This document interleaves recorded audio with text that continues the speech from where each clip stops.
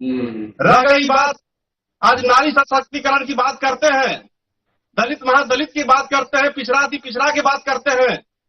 उनके शासनकाल में सबसे अधिक पिछड़ा कोई रहा तो अति पिछड़ा समाज रहा, दलित महादलित पिछड़ा रहा। क्यों नहीं आगे बढ़ा समाज में? वह शोषण करने का काम किए, वोट लेने का काम किए और सत्ता में बैठने का काम किए। आज हम पूछना चाहते हैं उनसे, महिलाओं के लिए आरक्षण क्यों नहीं लागू हुआ? आज एनडीए की सरकार में 33% महिलाओं को भागीदारी है पंचायती राज व्यवस्था में, और केंद्र सरकार भी विधानसभा और लोकसभा में भी 33% देने जा रही है। क्यों नहीं सम्मान मिला? आज अति पिछड़ा समाज को भी पंचायती राज से लेकर के लोकसभा विधानसभा तक उनका अधिकार मिलने जा रहा है, मिल रहा है। आज उनके पेट में दर्द हो रहा है सर। वह कांग्रेस जो है वह गया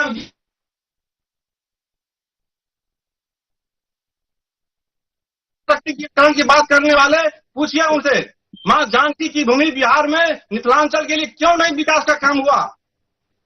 आज एनडीए की सरकार में पुनरुद्धार विकसित और भव्य मंदिर निर्माण करने जा रही है। लेकिन अभी जो मौजूदा स्थिति है, क्राइम का जो आंकड़ा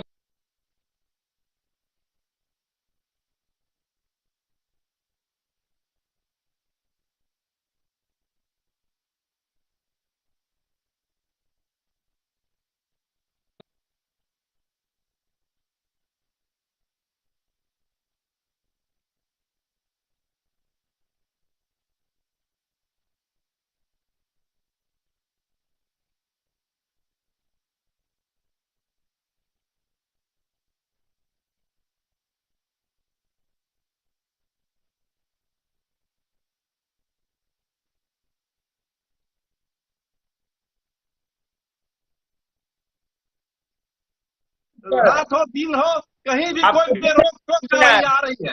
दहाड़े रेप हो रहा है दलित बच्ची का मुजफ्फरपुर के कुडनी के अंदर, दिन में हो रहा है। कार्रवाई हुई है, उस पर तुरंत कार्रवाई हुई है। 24 घंटा के अंदर कार्रवाई करने का काम सरकार की है। क्या आपके शासन में दबा दिया जाता था। कौन सी कार्रवाई किए?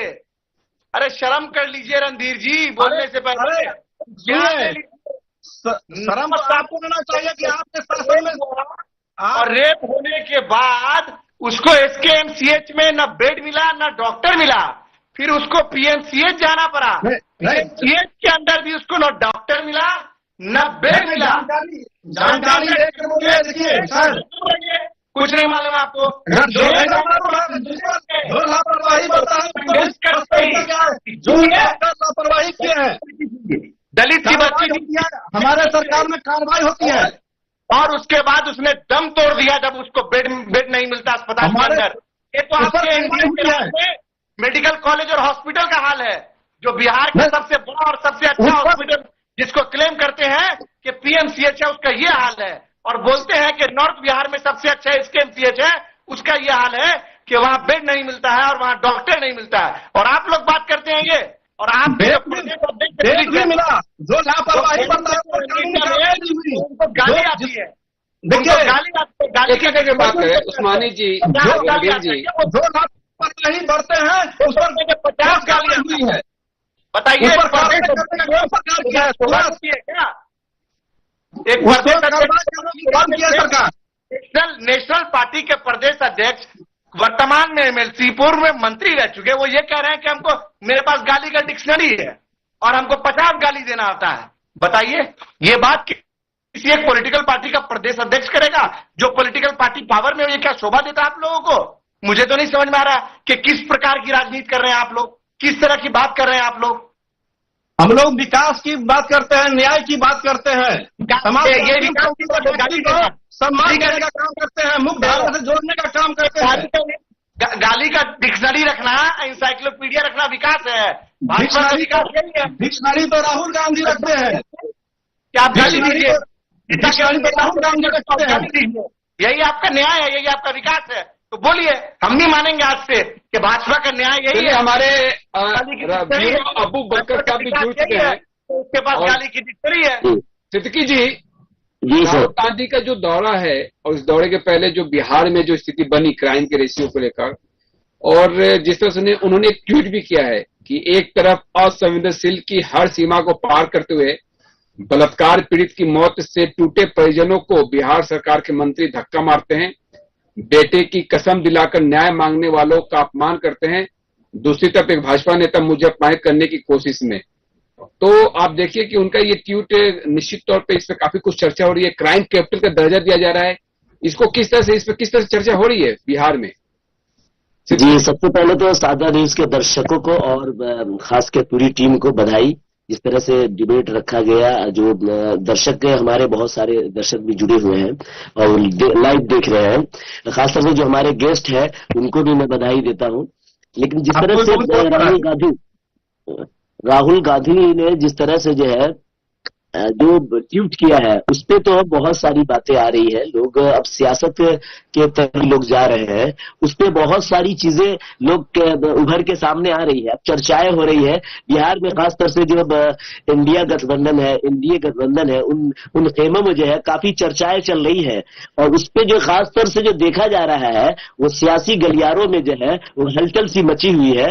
लेकिन अब देखने वाली ये बात होगी जो सियासतदान है उसको किस तरह से ले रहे हैं, क्योंकि जो खास करके मुजफ्फरपुर में जो दलित बच्ची के बारे में जो सियासी लोग बोल रहे हैं या चर्चा कर रहे हैं, वाकई उसमें कार्रवाई भी हुई है। लेकिन जिस तरह से हुई है, जो घटनाएं घटी है वो निंदनीय है, वो लोग कर रहे हैं, इसमें कोई नहीं है।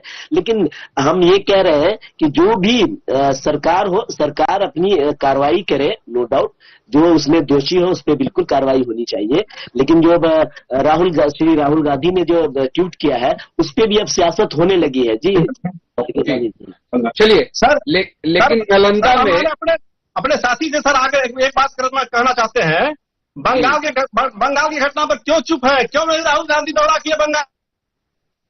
जी चलिए, बंगाल की बात नहीं करते, अभी तो मौजूदा समय में जो स्थिति उस पर चर्चा कर लेते हैं। बंगाल पे आप अक्सर उसको निर्मम हत्या हुई, बलात्कार हुई जी, लेकिन बिहार को लेकर राहुल गांधी का ये कहना कि क्राइम कैपिटल ऑफ इंडिया बना दिया गया, इसे मुख्यमंत्री के गढ़ में पहुंचे राहुल गांधी, वहां वो जमकर बरसे, और ऐसा जिस तरह से जो ऐसा हुआ तो खुल जाएगी सत्ता की सच्चाई, उनका ये कहना है। उस्मानी जी, मुख्यमंत्री गढ़ में पहुंचकर राहुल गांधी अगर इस मुद्दे को उठाए तो निश्चित तौर पर बिहार की स्थिति अभी क्राइम और लॉ को लेकर जो स्थिति है काफी दयनीय है। देखिए, सबसे पहले तो आपके साधना न्यूज नेटवर्क के सभी दर्शकों को मेरा नमस्कार, आदाब, प्रणाम। और बीच में मैं डिस्कनेक्ट हो गया था, इसलिए शायद मेरी बात पहुंची या नहीं। लेकिन मैं बिल्कुल सीधा आपके टॉपिक पे आता हूं।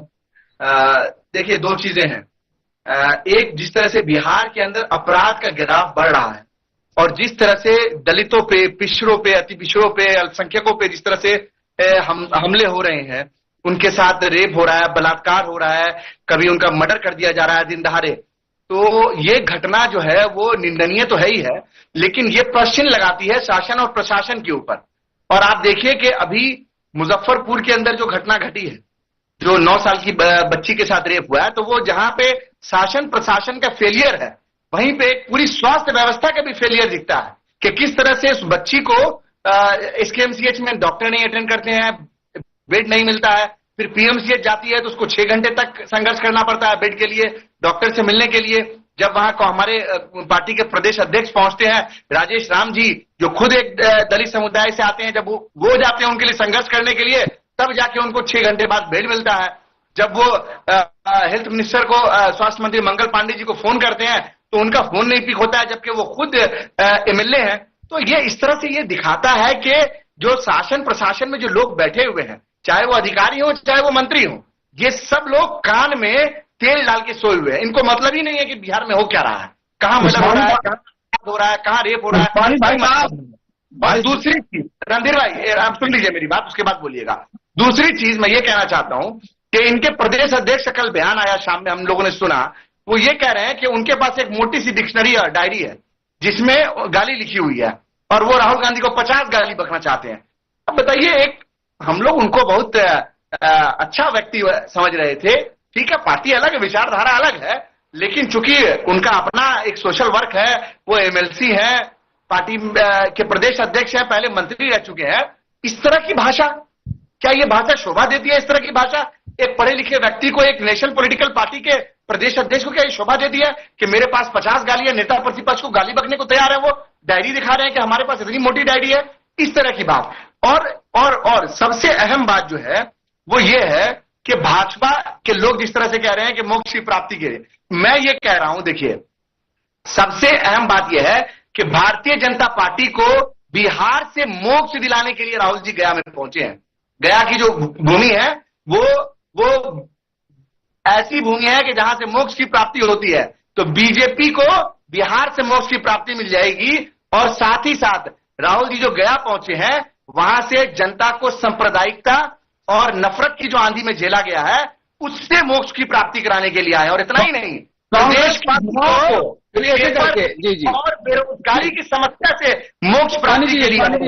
अरे रुकिए एक मिनट मुझे बोलने दीजिए, 30 सेकंड बोलने दीजिए। और मैं क्या कह रहा हूं कि प्रदेश के युवाओं को पेपर लीक और बेरोजगारी की समस्याओं से मोक्ष दिलाने के लिए राहुल जी आए हैं। बिहार में महिलाओं के खिलाफ जो अपराध और समस्या हो रही है उससे मोक्ष दिलाने के लिए आए हैं। एनडीए की सरकार से प्रदेश की जनता को मोक्ष और निजात दिलाने के लिए राहुल जी आए हैं। आप समझ रहे हैं, ये जो कुशासन की जो व्यवस्था पूरे प्रदेश के अंदर चल रही है उससे मोक्ष प्राप्ति कराने के लिए बिहार की जनता को राहुल जी आए हैं, ताकि आने वाले समय में एक ऐसी शासन, एक ऐसा प्रशासन हो जो जनता के हित के लिए काम करे, जो महिलाओं के लिए को सुरक्षा प्रदान करे, जो युवाओं को रोजगार दे।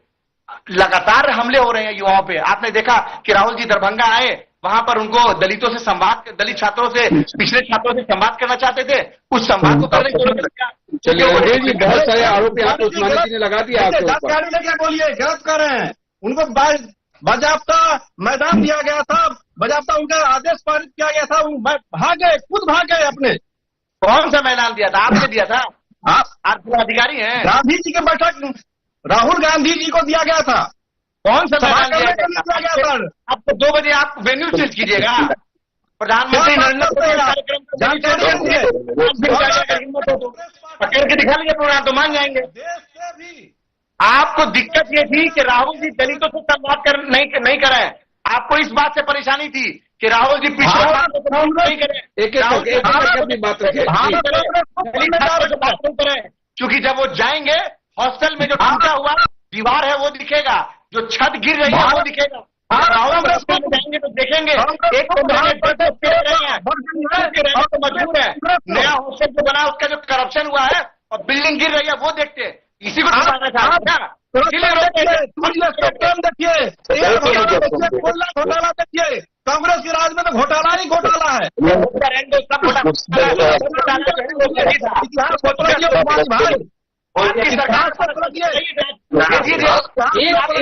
आप इससे आरोप लगाएंगे तो बात सही तरीके से हमारे दर्शकों तक नहीं पहुंच पाएगी।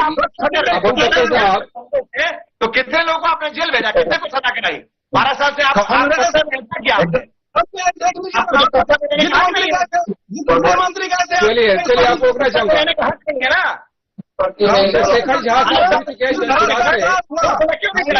जी सिर्फ भ्रष्टाचार राहुल गांधी के बिहार में तो सियासत हो रही है, दोनों पार्टियां एक दूसरे पर आरोप लगा रही है।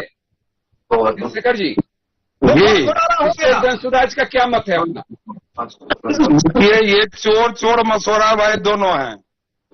ये चोर मसोरा भाई दोनों हैं। दोनों ने बिहार के गद्दी को संभाला है और एक दूसरे पर किस तरह से कटाक्ष कर रहे हैं वो तो आप सुन ही रहे हैं। इनके रीजन में क्या हुआ, उनके रीजन में क्या हुआ, सिर्फ उस पर ही डिबेट ये दोनों करते रहेंगे। लेकिन एक दलित के साथ क्या हुआ, उसको कैसे न्याय मिलेगा, उस पर कोई डिबेट नहीं करेंगे। ये अपने में खाली दोनों चिल्लाते हैं, ये दोनों अपने में चिल्लाते हैं कि हम बड़े तो हम बड़े। भाई आपके रीजन में भी बिहार नहीं बदला, आपके रीजन में बिहार। सुन लीजिए, आप सुन लीजिए, थोड़ा सुन लीजिए, मैंने थोड़ा सा सुन लीजिए ना। आपका बहुत देर से सुन रहे थे, मेरा भी सुनिए थोड़ा। हमने सुनिएगा तब न समझिएगा। बिहार बदलने की बात अब आप लोग करने लगे हैं। ये महाजंगल राज को स्थापना जब हो गई है तब। इससे पहले आप लोग क्या किए? आपके रीजन में क्या हुआ? आप राहुल गांधी की बात कर रहे हैं, आपके रीजन में क्या सब हुआ है? ये चोर मसौरा भाई वाला बात छोड़िए, थोड़ा डिबेट को धीरे से आपका बात सुने हैं। आपसे भी आग्रह करते हैं, मेरा बात सुनिए। आप दलित को न्याय कैसे मिलेगा? चलिए, पर न्याय मिलना चाहिए और इसी न्याय की बात भी हो रही है। सियासत अपनी जगह है, लेकिन जो और बिहार की बदलाव की बात कीजिए। ये न्याय व्यवस्था जो है कैसे बदलेगा उस पर डिबेट कीजिए। ये एक दूसरे पर चिल्ला के ही डिबेट खत्म नहीं कीजिए। लोग क्या समझ रहा है?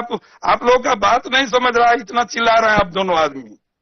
समय भी हो चला है। इंद्रशेखर जी, क्योंकि आप तकनीकी कामों की वजह से काफी देर से जुड़े दे रहे थे, क्या विजन दिए? वो विजन करता थे, अभी पार्टी बना के आ गए हैं, क्या किए? अरे भाई, प्रशांत जी का देन है जो आप अभी कुर्सी पर बैठे हुए हैं। अरे भाई, प्रशांत जी का देन है जो कुर्सी पर आप बैठे हुए हैं। जिस कुर्सी पर आप बैठे हुए हैं प्रशांत जी का देन है। आप देखिए, सच्चाई को दबा नहीं सकते हैं आप जो कुर्सी पर बैठे हुए हैं वो प्रशांत जी का देन है। कार्यक्रम का समय भी हो चला है और इस कार्यक्रम में चूंकि सियासी मुद्दा ये था, बदलने के लिए गाँव पहुंचे और दशरथ मांझी ने जो बदल के दिखाएंगे। ये जो आप लोग का जंगल राजा बहुत जल्दी खत्म होने वाला बता दिया बिहार को, और लिहाजा इसका काफी कुछ सियासत होती नजर आई। तो तमाम पहलुओं पर चर्चा करने के लिए आप सभी का मैं बहुत बहुत धन्यवाद करना चाहूंगा। अबू बकर सिद्दीकी साहब आपका, रणधीर खन्ना साहब का, इंद्रशेखर झा साहब आपका, और साथ ही डॉक्टर मस्कूर मानी जी आपका बहुत बहुत धन्यवाद। Sadhna back to studio. Thank you.